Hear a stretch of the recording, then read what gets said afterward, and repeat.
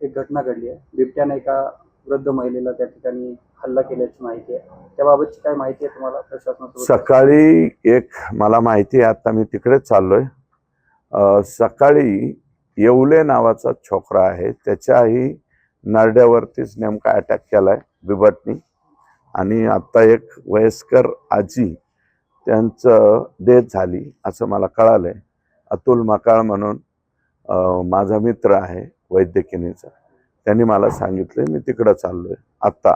आणि जर बिघडलेला बिबट असेल तर आता अधिकाऱ्यांना मी अलर्ट केलंय आणि लवकरात लवकर त्या बिबटला आम्ही बंदिस्त करू आणि बंदिस्त करून त्याला याला पाठवून देऊ, याला मनसरला, खेड मनसरला पाठवून देऊ. तिथं उपचार करायला जागा आहे. तुम्ही पाठीमागे म्हणाला होता की करुणा मुंडेंवरती मोठा अन्याय झालाय. आज त्यांच्याबाबतचा एक न्यायालयानं निर्णय दिला की त्या पहिल्या पत्नी आहेत धनंजय मुंडेंच्या आणि त्यांच्यावरती अत्याचार. मी अगोदरच म्हणलो होतो की करुणाताई या धनंजय मुंडे साहेबाच्या पहिल्या पत्नी आहेत बरं का. म्हणून मला राजश्रीताईंचा काही अवमान वगैरे करायचा नाही, पण हे व्यक्तिगत त्यांचं हे आहे. आम्हाला संतोष देशमुख वरून फोकस दुसरीकडे जाऊन द्यायचा नाही.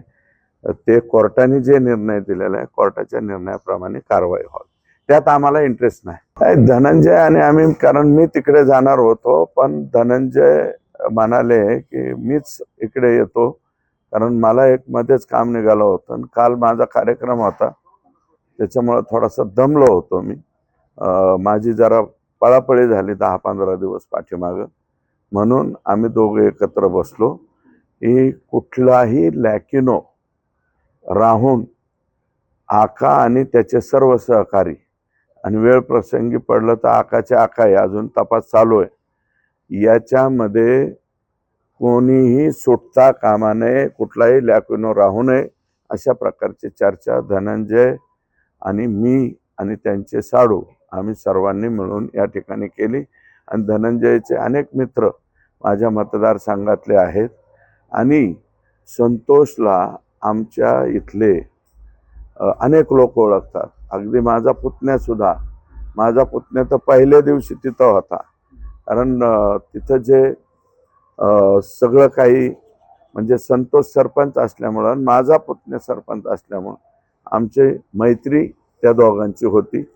प्रत्यक्षात संतोषला मी पाहिला नाही, पण भारतीय जनता पार्टीचा एका बूथवर संतोष आणि एका बूथवर धनंजय हे दोघं जण थांबलेले आहेत. आणि माझ्या पार्टीचा बूथ प्रमुख, त्याची अतिशय चुकीच्या पद्धतीने हत्या केली गेलेली, त्यात लॅकुनो राहू नये म्हणून आम्ही या ठिकाणी एकत्रित आलेलो आहोत.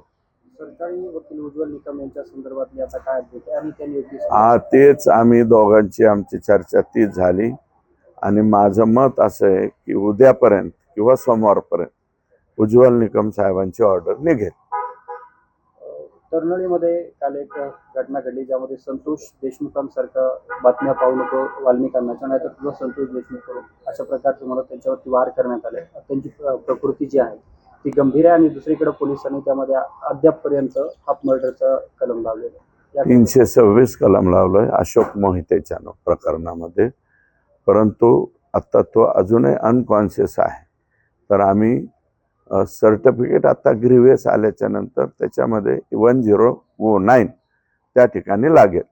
302 म्हणजे आता 109 मेंगडेवाडीमध्ये, आणि त्यांना सुट्टी देणार नाही.